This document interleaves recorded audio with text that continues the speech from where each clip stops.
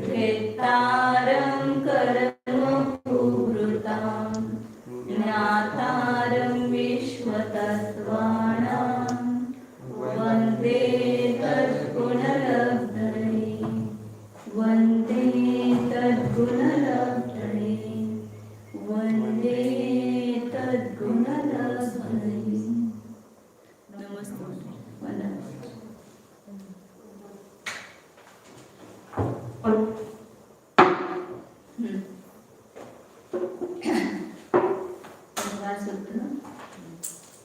श्री बुद्धाचार्य रचित यह तत्वार्थ सूत्र नामक ग्रंथ है।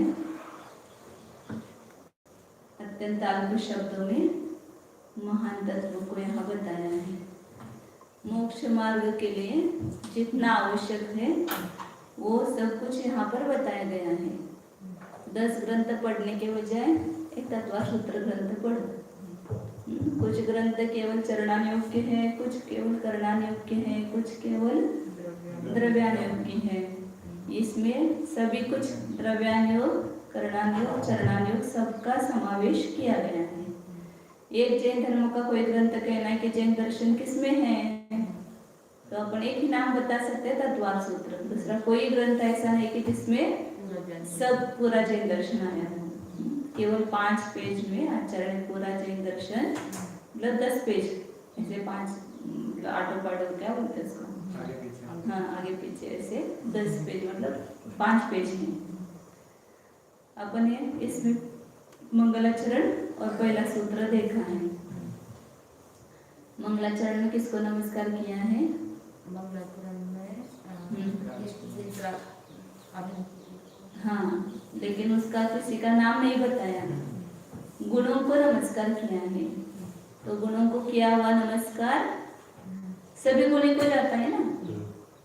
किसी भी व्यक्ति का नाम ले लो तो सभी को जाए न जाए, लेकिन गुणों को नमस्कार करो तो सबको नमस्कार हो जाता है।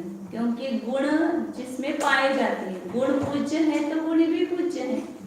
तो गुण जिसमें पाए जाते हैं वो गुणी भी पूज्य है। जिसको जो गुण अच्छा लगता है उस गुण सहित व्यक्ति भी अच्छा लगेगा। क्या केवल गुण ही अच्छे लगते हैं? मुझे यदि सत्यता भाती है या प्रामाणिकता मुझे अच्छी लगती है, तो जो प्रामाणिक व्यक्ति होगा उसके ऊपर अपना अनायास श्रद्धान होगा कि नहीं होगा। आपको गाना अच्छा लगता है तो गाने वाला अच्छा लगता है कि नहीं? जो संगीत के शौकीन होते हैं वे अच्छे अच्छे संगीतकार कि उनकी कथा पढ़ेंगे, उनकी सब वो सुनेंगे कि आप कैसे गायक बने, कैसे इतना आपको ये कला अवगत हुई, सब कुछ उसका सीखेंगे। इसी प्रकार जिसको धर्म अच्छा लगता है, जिसको ये गुण अच्छे लगते हैं, वीतरागता, सर्वज्ञता, तो उस वीतरागता सर्वज्ञता जिसमें पाई जाती है वे व्यक्ति पूज्य बनेगी ही। उसके लिए श्रद्धेय होंगे ही, क्योंकि जो गुण उसमें पाए जा रहे हैं वही तो मैं चाह रहा हूँ। तो ऐसे इसी प्रकार जिसको जो गुण अच्छा लगता है उस गुण सहित व्यक्ति भी उसको अच्छा लगता है। इसलिए वीतरागता सर्वज्ञता जिसमें पाई जाए वो सब हमारे लिए पूज्य है, वे सभी हमारे लिए श्रद्धेय है, नाम कुछ भी हो, लेकिन ये गुण महत्वपूर्ण है। इसलिए मंगलाचरण बोलते समय पहले बोला था कि उन सब गुणों को याद करते हुए और वो गुण जिनमें पाए जा रहे हैं ऐसे व्यक्ति को अपने सामने रख करके नमस्कार करना चाहिए। ऐसा किया क्या नमस्कार अभी करते समय? उपयोग था क्या वहाँ पर? भावपूर्वक नमस्कार करना है। जो क्रिया खाली करते हैं उससे फल नहीं मिलता है। भाव सहित क्रिया का क्रिया न फलंती भाव शून्य, क्रिया न फलंती भाव शून्य। हाँ, कल्याण मंदिर स्तोत्र में कहा ना आचार्य ने, लास्ट में आया है कुछ लोग कि जो भाव सहित क्रिया जो है वही फलवान होती है, भाव रहित क्रियाएं फलवान नहीं होती। इसलिए इन गुणों को नमस्कार करते हुए, याद करते हुए नमस्कार करना है। इसमें किसको नमस्कार क्या बताया? पूरा मंगलाचरण का अर्थ बताना। जो मोक्ष मार्ग के नेता, मतलब हितोपदेशी, बराबर, और जिन्होंने कर्म रूपी पर्वत को भेदन कर दिया, मतलब वीतरागता। हाँ और ज्ञाताराम विश्व तत्वानाम, जो संपूर्ण विश्व के ज्ञाता है, मतलब सर्वज्ञ। ऐसे ये तीनों विशेषण जिनमें हैं अरिहंत भगवान, उनको नमस्कार करते हैं। अरिहंत भगवान ही में क्यों है ये गुण, तो उसकी परीक्षा अपने देवागम स्तोत्र में की है। क्योंकि अरिहंत ही वीतराग है, सर्वज्ञ है, हितोपदेशी। क्यों? क्योंकि मतलब सर्वज्ञ है क्यों? क्योंकि वे निर्दोष हैं। 3 तर्क अपने एक के पीछे एक बताए थे। अरिहंत भगवान सर्वज्ञ क्यों? क्योंकि वे निर्दोष हैं। अरिहंत भगवान निर्दोष हैं क्यों? क्योंकि उनके वचन युक्ति और आगम के अनुकूल है। युक्ति और क्या उसमें युक्ति और शास्त्र के अविरोधी वचन है। फिर उनके वचन युक्ति और शास्त्र के अविरोधी ये कैसे जाना आपने? तो ये तीसरा है। 3 प्रतिज्ञा की। अरिहंत सर्वज्ञ है क्योंकि निर्दोष है, ये पहला हेतु है, एक प्रतिज्ञा हेतु। फिर दूसरा प्रतिज्ञा क्या? अरिहंत निर्दोष है क्यों? क्योंकि उनका वचन युक्ति और शास्त्र से अविरोधी है। मतलब कोई भी तर्क लगाएगा तो उससे खंडित नहीं कर सकता है, और शास्त्र के भी अविरोधी हैं। फिर उनके वचन युक्ति और शास्त्र के अविरोधी है, कपिलादिक के नहीं, ये कैसे आपने जाना? क्योंकि उनके उसमें किसी प्रमाण से बाधा नहीं आती। बराबर, पक्का हो गए। 3 आगम से पक्का हो गए कि उनके वचन में प्रत्यक्ष से या अनुमान से बाधा नहीं है। उन्होंने जो तत्व बताया है उस तत्व में बाधा नहीं है। जैसे अभी हम जो भी बताएंगे वो यदि सही होगा तो हमारा वचन युक्ति से और प्रमाण शास्त्र से अविरोधी ये कहा जाएगा, और युक्ति और शास्त्र से अविरोधी है इसलिए भी निर्दोष है, और निर्दोष है इसलिए सर्वज्ञ है। इसलिए अरिहंत की निर्दोषता, सर्वज्ञता और हितोपदेशता ये प्रसिद्ध है। मतलब इसको सिद्ध किया है अन्य, इसलिए कहा ना कि इस एक ही श्लोक पर 115 कारिका लिखी, और उसके ऊपर अष्टशती नाम के अलंकाचार्य ने टीका लिखी, और उसके ऊपर अष्टसहस्र 8000 श्लोक प्रमाण। एक श्लोक के ऊपर 115 कारिका, 115 कारिका के ऊपर 800 श्लोक प्रमाण टीका अलंकाचार्य ने लिखी, और उसके ऊपर देवगम स्तोत्र में 115 कारिका बताई, और उसके ऊपर टीका लिखी अलंकाचार्य ने 800 श्लोक प्रमाण, और उसके बाद उसी 115 कारिका के ऊपर 8000 श्लोक प्रमाण विद्यानंद आचार्य ने अष्टसहस्री नाम की टीका लिखी है। इसलिए एक मतलब इसमें वीतरागता, सर्वज्ञता, हितोपदेशित गुण का जो वर्णन किया है उसकी सच्ची परीक्षा की है। वो किन में पाए जाते हैं उसकी भी वहाँ आचार्य ने परीक्षा की है। तो ऐसे अरिहंत सर्वज्ञ वीतराग भगवान है, उनको यह नमस्कार।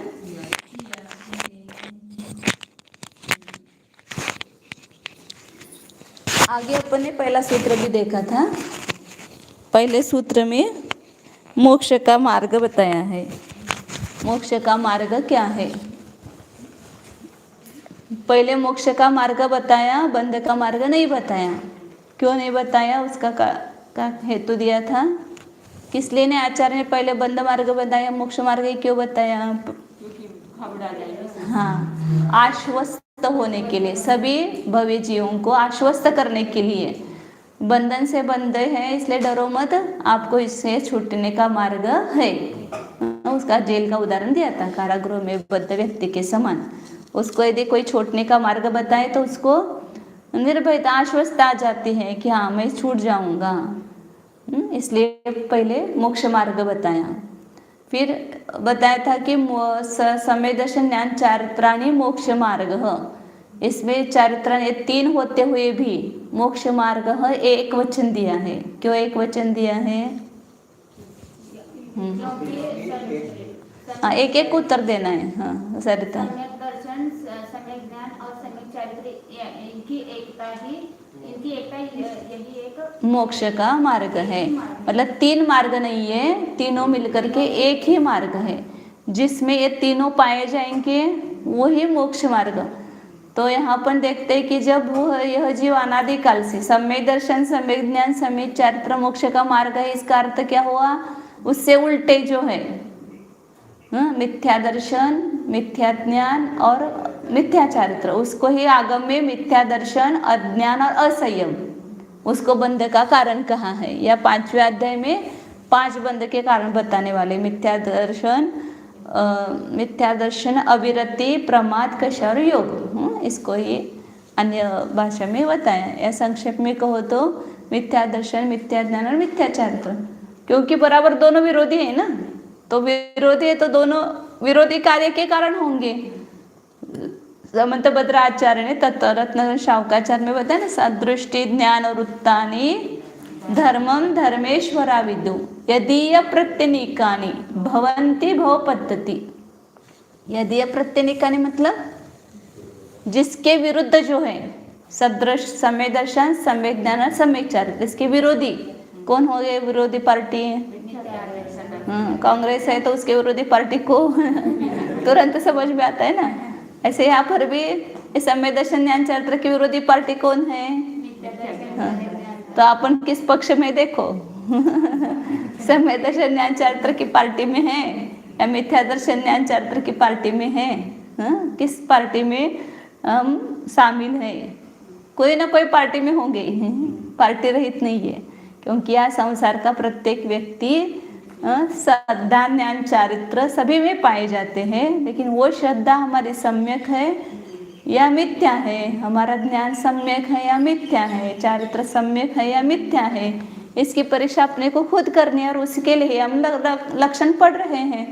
ये लक्षण जिसमें पाया जाए उसमें है सम्यक दर्शन, ज्ञान, चारित्र। यह लक्षण नहीं पाया जा रहा है तो समझना कि मिथ्या दर्शन, मिथ्या ज्ञान, मिथ्या चारित्र का भी अभाव हुआ नहीं है। तो सम्यक दर्शन मतलब क्या? अभी पहले सम्यक दर्शन, ज्ञान, चारित्र मोक्ष मार्ग है, तो ये एक वचन इसलिए दिया कि तीनों मिलकर ही मोक्ष मार्ग है। तीनों एक एक अलग अलग या 2 मोक्ष के मार्ग नहीं है, तीनों मिलकर एक ही मार्ग है। फिर ये मोक्ष मार्ग के 2 भेद किए थे अपन ने। कौन से भेद किए थे? मोक्ष मार्ग कितने भेद किए थे? 2। कौन से? निश्चय मोक्ष मार्ग और व्यवहार मोक्ष मार्ग। निश्चय मोक्ष मार्ग किसको कहा?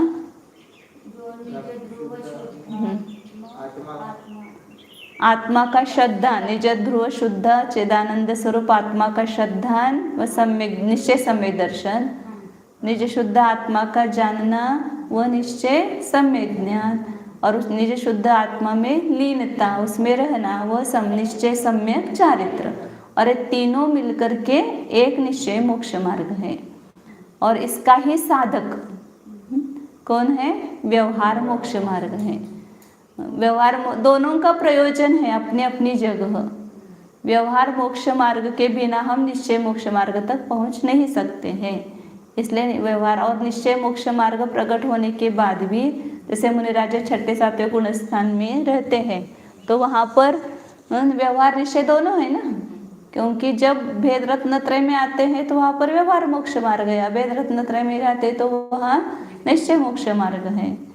इसी प्रकार चतुर्थ पंचम गुण स्थान में भी वहाँ उस भूमिका के अनुसार सम्यक दर्शन, सम्यक ज्ञान तो है ही, क्योंकि सम्यक दर्शन के बिना चौथा गुण स्थान प्रकट नहीं होता है। अब वहाँ पर निश्चय व्यवहार, तो निश्चय की व्याख्या क्या की? निश्चय सम्यक दर्शन की निज शुद्ध ध्रुव चिदानंद आत्मा का श्रद्धान, वो श्रद्धान के बिना किसी को भी सम्यक दर्शन की उत्पत्ति नहीं होती है। तो चौथे पांचवें गुण स्थान में सम्यक दर्शन भी है, सम्यक ज्ञान भी है। फिर सम्यक चारित्र है कि नहीं है? तो सम्यक चारित्र तो मुनियों को ही कहा जाता है वास्तव में देखा जाए तो, क्योंकि सामायिक आदि जो भेद करते चारित्र वो मुनियों में पाए जाते हैं। और पंचम गुण स्थान में देश संयम है तो अंशिक चारित्र है, अंशिक संयम है। लेकिन चतुर्थ गुण स्थान में संयम बिल्कुल नहीं है, इसलिए आगम में चतुर्थ गुण स्थान में चारित्र नहीं, ऐसा करणानुयोग ग्रंथ में अपने को मिलता है कि चौथे गुण स्थान में चारित्र नहीं है। लेकिन जब अध्यात्म ग्रंथ, द्रव्यानुयोग के ग्रंथ देखते हैं तो कुंदा आचार्य ने चारित्र के 2 भेद किए, एक सम्यक्त्वाचरण चारित्र और एक संयमाचरण चारित्र। चतुर्थ गुण स्थान में संयमाचरण चारित्र नहीं है, लेकिन सम्यक्त्वाचरण चारित्र है। उस सम्यक्त्व का ही आचरण वह करता है। तो सम्यक्त्व का आचरण करते समय उसके पास यह है ना, निश्चांकित गुण, निकांक्षित गुण, निर्विचिकित्सा, इन गुणों का पालन करता है, वही उसका आचरण है। या प्रशंसा, वेग, अनुकंपा, आस्तिक्य उसका लक्षण है। या सच्चे देव शास्त्र गुरु पर श्रद्धान करके 8 गुणों का वह पालन करता है। या दर्शनाचार के 5 ये भेद बताए ना, 5 आचार बताए ना, दर्शनाचार, ज्ञानाचार, चारित्राचार, तपाचार, वीराचार। दर्शन को भी एक आचार कहा है, तो दर्शन का भी आचरण करते हैं। तो उस अपेक्षा से देखते तो पहले गुणस्थान जैसा मिथ्या चारित्र चौथे गुणस्थान में नहीं है, तो उससे वह अलग हुआ है। अनंतानबंदी कषाय चौकड़ी का अभाव हुआ है। अनंतानबंदी कषाय का उदय क्या करता है? सम्यक्त्व का घात करता है और सम्यक्त्वाचरण चारित्र का भी घात करता है, तो उसका अभाव हुआ है। तो जो चारित्र मोहनीय का भेद है उसका अभाव होने पर कुछ ना कुछ परिवर्तन तो उसमें आया है। तो पहले गुणस्थान जैसा मिथ्या चारित्र वहां पर नहीं पाया जाएगा, लेकिन मुनियों जैसा चारित्र भी वहां पर नहीं है। तो आगम की सब विवक्षाओं को हमें समझना चाहिए कि जहाँ पर चारित्र नहीं ऐसा कहा है वो किस दृष्टि से कहा है, क्योंकि वहां पर चारित्र का क्षोभम होकर के सकल चारित्र मुनियों का चारित्र नहीं है, या पांचों गुणस्थान जैसा भी आवश्यक चारित्र नहीं है। इस अपेक्षा से वो कोई भी नियम नहीं लेता है, प्रतिज्ञा नहीं करता है, इस अपेक्षा से उसको चारित्र नहीं ऐसा कहा है। लेकिन उसके अंदर भावों में परिवर्तन नियम से हुआ है, भले उसने किसी का नियम नहीं लिया है, लेकिन वह स्थूल रूप से जो जिनेंद्र भगवान की आज्ञा है उसको पालन करता है। रात्रि भोजन नहीं करना, चांद के पानी पीना, रोज देव दर्शन करना, ये भी एक प्रकार का आचरण ही है ना। तो इस अपेक्षा से वहाँ पर चारित्र है ऐसा आध्यात्म ग्रंथों में सम्यक्त्वाचरण चारित्र उसको नाम दिया है। इसलिए वाद विवाद बहुत चलता है समाज में, अपने को वाद विवाद में पढ़ना नहीं है, लेकिन जो अपने को उस समान श्रद्धा नहीं हो तो चतुर्थ गुणस्थान तो प्रकट करना ही है। पहले गुणस्थान को छोड़ करके हमें आगे के जब गुणस्थान में नहीं जाएंगे तब तक हमें मोक्ष मार्ग की प्राप्ति नहीं होगी। तो इसलिए चतुर्थ गुणस्थान से मोक्ष मार्ग प्रारंभ होता है, ऐसा कहा जाता है। संवर निर्जरा भले चारित्र वहाँ नहीं है फिर भी वहाँ पर मोक्ष मार्ग प्रारंभ हुआ है, क्योंकि गृहस्थो मोक्ष मार्गस्थो ऐसा कहा है रत्न शावकाचार्य में। गृहस्थ भी मोक्ष मार्ग में स्थित है, वो आगे जा करके वो भी मुनियों का आचरण करके वो आगे बढ़ेगा। लेकिन यहाँ पर प्रारंभ संवर निर्जरा का प्रारंभ चतुर्थ गुणस्थान से होता है, क्योंकि पहले और दूसरे गुणस्थान में जितनी प्रकृतियों के बंध विच्छुत्ति हुई अपने प्रवेशिका में, तो बंध विच्छुत्ति हुई इसका अर्थ क्या? संवर हुआ। और निर्जरा भी जब सम्यक दर्शन प्राप्त करता है या जो परिणामों की विशुद्धि बनती है तब वहाँ पर निर्जरा भी होती है। पांचवें और छठे सातवें गुणस्थान में तो निरंतर अवस्थित गुण श्रेणी निर्जरा बताई है, इन चतुर्थ गुणस्थान में विशुद्धि आदि के काल में वहां पर निर्जरा भी वह करता है। संवर पूर्वक निर्जरा, निर्जरा मतलब उदय तो चालू है कि नहीं कर्म का, तो संवर पूर्वक जो कर्म का उदय आ रहा है वह उदय आकर के खिर जाता है, फल दे करके खिर जाना, यही तो निर्जरा है। लेकिन वास्तव में निर्जरा कौन सी होती है? जो संवर पूर्वक होती है वही सही निर्जरा है।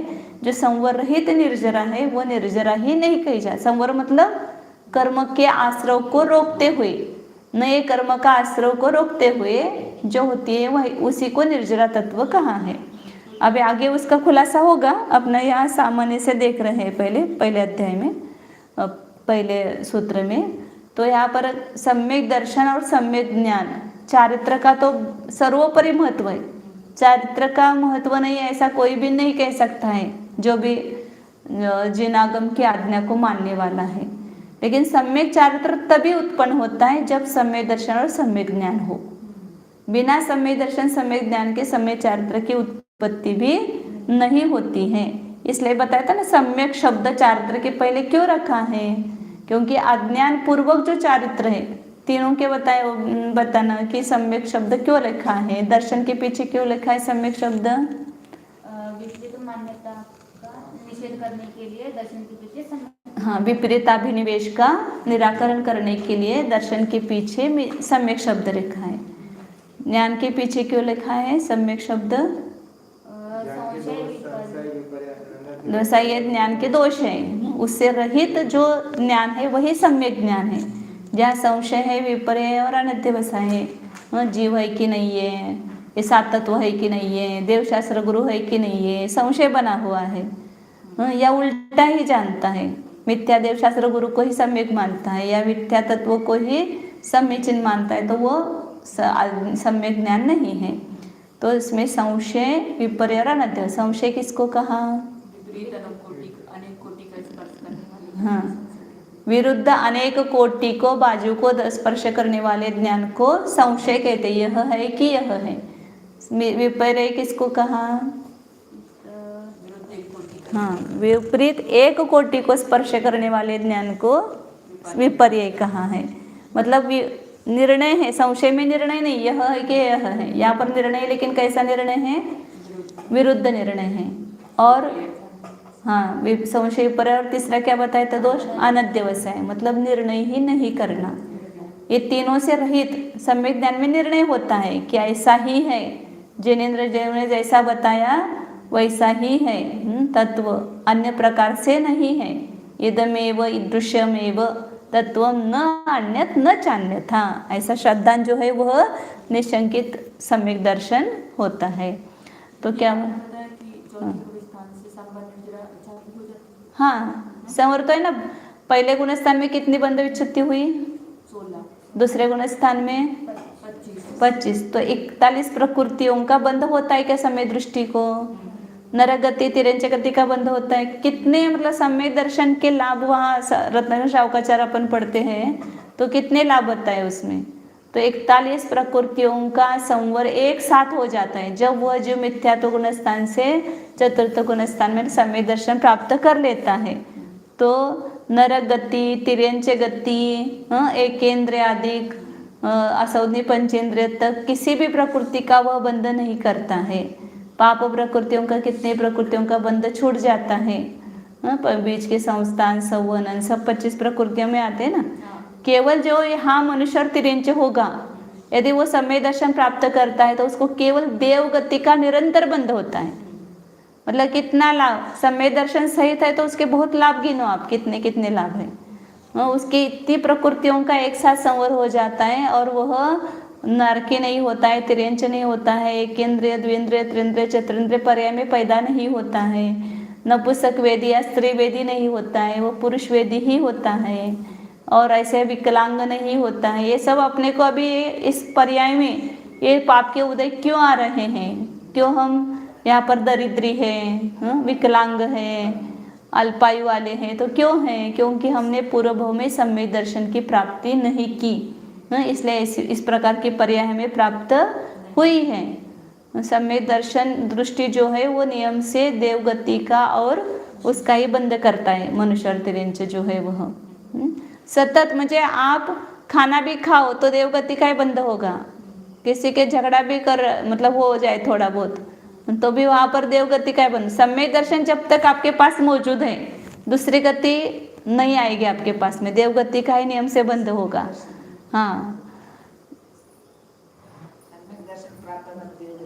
हाँ, बराबर है। तो इसलिए सम्यक दर्शन का महत्व बताया है। मोक्ष मार्ग में पहली सीढ़ी कौन है? सम्यक दर्शन है। बिना सम्यक दर्शन के ज्ञान और चारित्र की उत्पत्ति भी नहीं होती है, स्थिति भी नहीं होती है और उसकी वृद्धि भी नहीं होती है। बीज बोए बिना वहाँ पर वृक्ष कैसे उत्पन्न होगा? और वृक्ष उत्पन्न नहीं होगा तो उसकी वृद्धि कैसे होगी? वृद्धि नहीं हुई तो फल कैसे लगेंगे? इसी प्रकार सम्यक दर्शन रूपी बीज बोए बिना ज्ञान और चारित्र रूपी वृक्ष उत्पन्न नहीं होता है, वृद्धि भी नहीं होती है, उसकी स्थिति भी नहीं होती है और उसको फल भी नहीं लगते हैं। इसलिए हमें मोक्ष रूपी फल की इच्छा है तो सबसे पहले सम्यक दर्शन रूपी बीज बोना चाहिए। सम्यक दर्शन रूपी बीज बोए बिना ज्ञान चारित्र की उत्पत्ति नहीं होती है। तो उसके लिए पुरुषार्थ क्या करना हमें? ये महत्वपूर्ण, सबको लगता है कि मुझे सम्यक दर्शन होना चाहिए, तो पुरुषार्थ करना चाहिए। तो पुरुषार्थ क्या, तो आचार्य ये बता रहे हैं लक्षण उसका सम्यक दर्शन का। अभी सम्यक दर्शन के अपन दूसरे सूत्र से प्रारंभ करते हैं, अभी दूसरे सूत्र का, तो उसमें सम्यक दर्शन की पहले व्याख्या बताएंगे। सम्यक दर्शन, सम्यक ज्ञान, सम्यक चरित्र मोक्ष का मार्ग है, और इसका ही वर्णन इस समय पहले अध्याय अपने तत्व सूत्र में करने वाले हैं।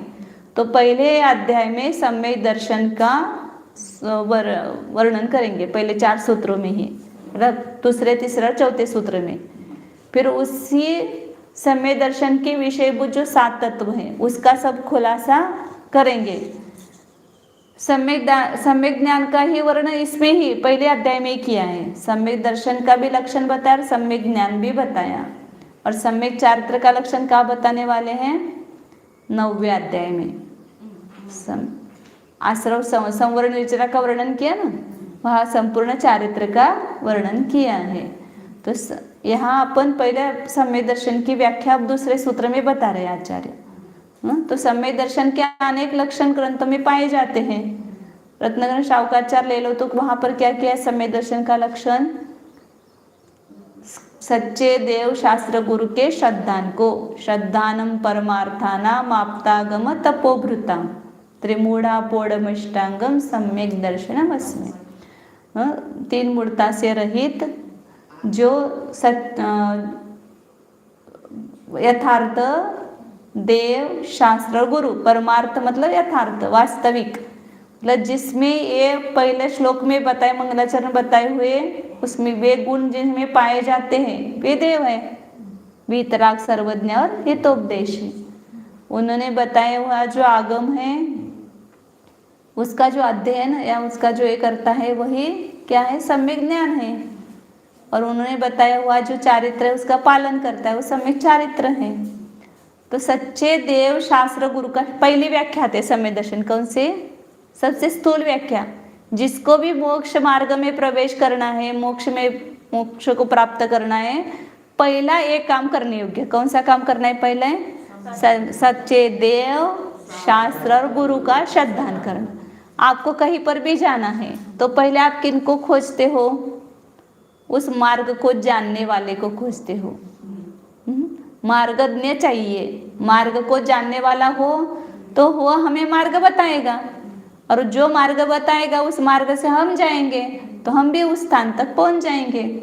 तो पहले उसको ढूंढते ना, कौन शिखर जी जाना है तो कौन शिखर जी जाके आया है, उसको जा करके पूछो कि आप कैसे गए थे, कैसे जाके आ गए हैं। तो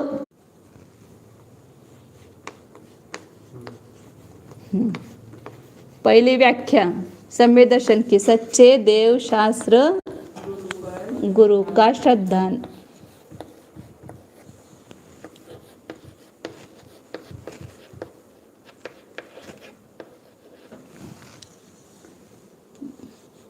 दूसरा है 7 तत्वों का श्रद्धान। सम्यक दर्शन लगाना सब में,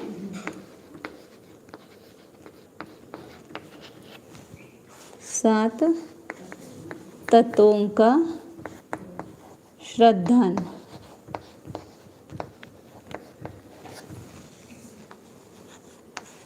स्वपर का श्रद्धान,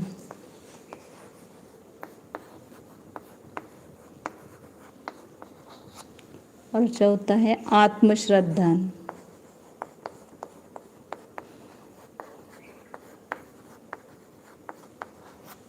ऐसी 4 व्याख्या मिलती है। रत्नग्रंथ शावकाचार्य में पहले बताए सच्चे देव शास्त्र गुरु का श्रद्धान, दूसरा है 7 तत्वों का श्रद्धान। यहाँ पर आचार्य ने तत्वार श्रद्धानम सम्यक दर्शनम बताया है।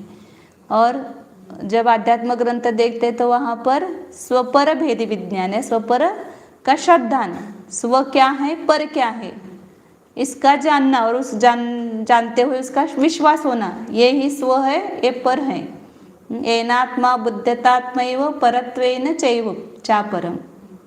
समाधि शतक में पहले श्लोक के आचार्य बताते हैं कि जिन्होंने आत्मा को आत्म रूप से ग्रहण किया, पर को पर रूप से ग्रहण किया। धर्म बहुत कठिन नहीं है, धर्म बहुत सरल है, हमने कठिन कर रखा है उसको में। इतना सब त्याग करना पड़ता है, इतना सब करना पड़ता है। वो बाह्य क्रियाओं को देख करके हम डर गए हैं। वास्तव में देखा जाए तो धर्म वो क्या है, तो जैसा पदार्थ का स्वरूप है वैसा श्रद्धान करना मतलब धर्म है। समय दर्शन करना है मतलब क्या करना पड़ेगा, अभी आपको क्या क्या छोड़ना पड़ेगा, क्या क्या कहाँ कहाँ जाना पड़ेगा, कितने ग्रंथ पढ़ने पड़ेंगे, क्या करना पड़ेगा समय दर्शन प्राप्त करने के लिए? कुछ भी नहीं करना है, जैसे अब हम हैं वैसे ही, लेकिन उसमें केवल अपना श्रद्धान जो विपरीत है उसको सुलटा करना है। उल्टी धागा रख के उसको सुलटी करनी है। जैसे पहले घर में ये रहते थे ना, एक के ऊपर एक घड़े रखते थे, और वो घड़े कैसे, वो कैसे गोल होते थे। तो यदि पहला घड़ा हमने उल्टा रखा कि उसके ऊपर के सब घड़े सुलटे रख सकते क्या? उल्टे ही रखने पड़ते हैं। और पहला घड़ा सुलटा रखा कि सब घड़े सुलटे रख सकते हैं। इसी प्रकार ये सबका मूल सम्यक दर्शन है। यदि पहला हमारी श्रद्धा सही हो जाती है तो ज्ञान और चारित्र भी सम्यक हो जाते हैं, और पहला हमारा श्रद्धा ही गलत है तो चारित्र भी सब गलत है। इसलिए विश्वास, श्रद्धा ये बहुत महत्वपूर्ण है। तो पहला घड़ा मजबूत होना चाहिए, तो ऊपर जितने भी आप रचना करो तो वो सब सीधे बैठ जाएंगे, वो उल्टे नहीं बैठेंगे। तो इसलिए पहले सम्मेलन अपने श्रद्धा को सही करना। श्रद्धा को सही करने के लिए क्या करना है? ज्ञान को सही करना है। मतलब यदि ज्ञान नहीं हो तो श्रद्धा भी नहीं हो सकती है। श्रद्धा के लिए भी ज्ञान का पुरुषार्थ, और श्रद्धा को दृढ़ करने के लिए भी ज्ञान का पुरुषार्थ ही करना पड़ता है। पुरुषार्थ करने वाला ज्ञान ही है। मतलब ज्ञान के माध्यम से हम यद्य वस्तु का यथार्थ स्वरूप जानते हैं आगम आदि के अवलंबन से, और फिर वो हमें सही भाषित होने लगता है, तो वह श्रद्धा उत्पन्न होता है। इसलिए श्रद्धा है अंधी, श्रद्धा को कुछ समझ में नहीं आता है। इसको समझ में आता है मतलब वो जानने वाली नहीं है ना, लेकिन ज्ञान जो जो उसको दिखाएगा ऐसा है वैसा है वैसा है वैसा है, तो श्रद्धा उसको स्वीकार करती जाती है। इसलिए पहले अपने ज्ञान को ही मूडना पड़ता है। ज्ञान जो जान रहा है उसमें वो बदल करो, उसमें कि विचारधारा हमारी बदलना, उसको ही बोलते दृष्टि बदलना। दृष्टि बदली की सृष्टि बदलती है। इसलिए ये बहुत जीवन का महत्वपूर्ण पॉइंट है अपना। जब धर्म मार्ग में आए तभी अपन ने देखा ना, पहले अपने कैसी श्रद्धा थी, कैसा ज्ञान था, लेकिन जब हम धर्म मार्ग में आए तो हमारा ज्ञान और श्रद्धा उसमें कितना बदलाव आता है। वो बदलना ही वास्तव में धर्म है। श्रद्धा बदलना, ज्ञान बदलना, और उसके अनुसार चारित्र बदल जाता है, तो यही तो धर्म है। धर्म करना है मतलब क्या है? अपने श्रद्धा को ठीक करना है, ज्ञान को ठीक करना है, चारित्र को। पहले ज्ञान ठीक करना पड़ेगा, सामान्य प्रतिभास नहीं। दर्शन का अर्थ क्या लेना है? श्रद्धान। श्रद्धान मतलब अपने को पता है कि मेरा बहुत श्रद्धान है, अपन बोलते हैं विश्वास, प्रतीति, उसका अर्थ श्रद्धान है। तो यहाँ इसलिए श्रद्धान शब्द रखा है कि यहाँ सम्यक दर्शन में दर्शन शब्द का अर्थ देखना नहीं है, सामान्य प्रतिभास नहीं है, या दर्शन का अर्थ मत होता है। दर्शन का अर्थ मत, ए बौद्ध दर्शन, न्यायिक दर्शन, वैशेषिक दर्शन, तो दर्शन का अर्थ मत भी होता है उनका एक अलग। ऐसे अनेक अर्थ होते हैं, तो उसमें से यहाँ पर श्रद्धान अर्थ लेना है दर्शन शब्द का। वही मोक्ष मार्ग है श्रद्धान। मूल श्रद्धान बताया था ना कि कोई भी काम करते तो पहले उसका विश्वास चाहिए। औषधि भी लेते तो पहले डॉक्टर के ऊपर और औषधि के ऊपर श्रद्धान चाहिए, तो वो औषधि लागू होती है। बिना श्रद्धा के आप औषधि लेंगे तो वो लागू नहीं होती है। उसी प्रकार बिना श्रद्धा के कोई भी ज्ञान है वो सम्यक नहीं बनता है, मोक्ष मार्ग नहीं बनता है। इसलिए यहाँ पर सम्यक दर्शन में दर्शन का अर्थ श्रद्धान लेना है, इसलिए यहाँ पर श्रद्धान शब्द रखा है। फिर यहाँ दो शब्द है, किसका श्रद्धान करना? श्रद्धान सम्यक दर्शन खाली नहीं है, किसका श्रद्धान? वो श्रद्धान मिथ्या भी हो सकता है या एकांत रूप श्रद्धान भी हो सकता है, तो वो सम्यक दर्शन नहीं है। तत्व अर्थ का जो श्रद्धान है वह सम्यक दर्शन है।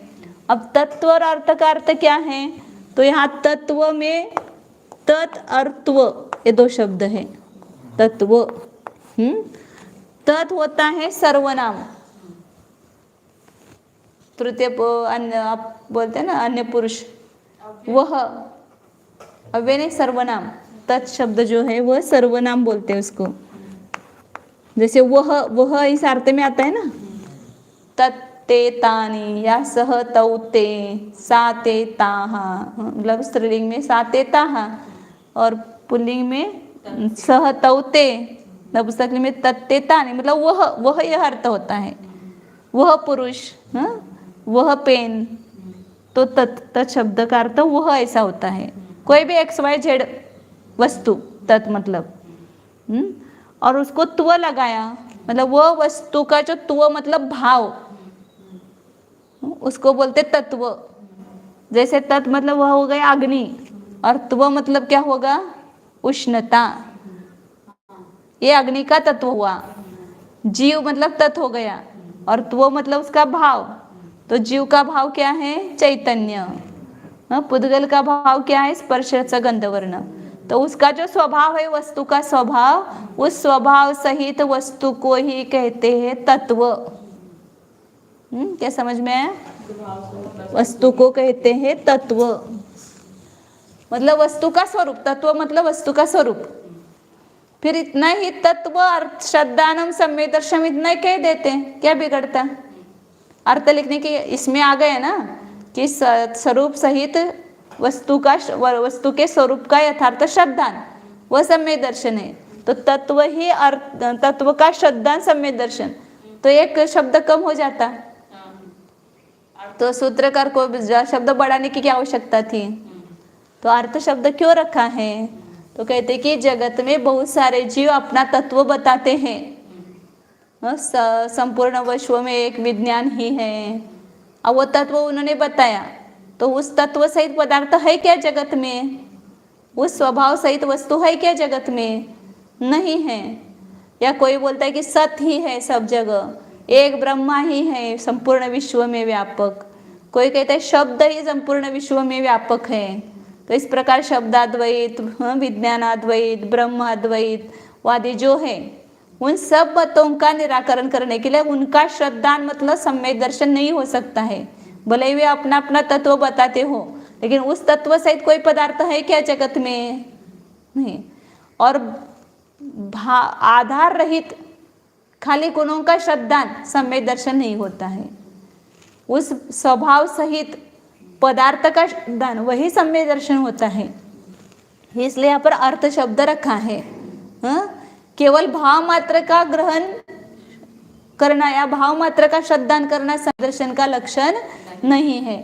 उस भाव सहित वस्तु का श्रद्धान करना, खाली हमने उष्णता उष्णता उष्णता किया, कि उष्णता किस में है? कौन है उष्णता सहित वस्तु? उस वस्तु का श्रद्धान करना पड़ेगा, तो ही वहां पर सम्यक दर्शन हो सकता है। तो केवल चैतन्य है, चैतन्य जैसे सांख्य मानते चैतन्य पुरुष का स्वरूप, लेकिन उन्होंने चैतन्य वो जीव को जड़ माना ना, मतलब जीव को बुद्धि रहित माना, बुद्धि प्रकृति का धर्म माना। तो इस प्रकार विपरीत कुछ भी तत्व बताते हैं, उन सबके तत्व का श्रद्धान को सम्यक दर्शन मानने का प्रसंग आएगा। इसलिए या केवल भाव मात्र के श्रद्धान को ही सम्यक दर्शन मानने का प्रसंग आएगा। तो केवल भाव का श्रद्धान करने से सम्यक दर्शन नहीं होता है, उस भाव सहित वस्तु का भी श्रद्धान हमें अवश्य करना होगा। इसलिए तत्व और उसके लिए अर्थ लगाया। अर्थ मतलब पदार्थ, जो स्वभाव सहित पदार्थ है उसका श्रद्धान ही सम्यक दर्शन है।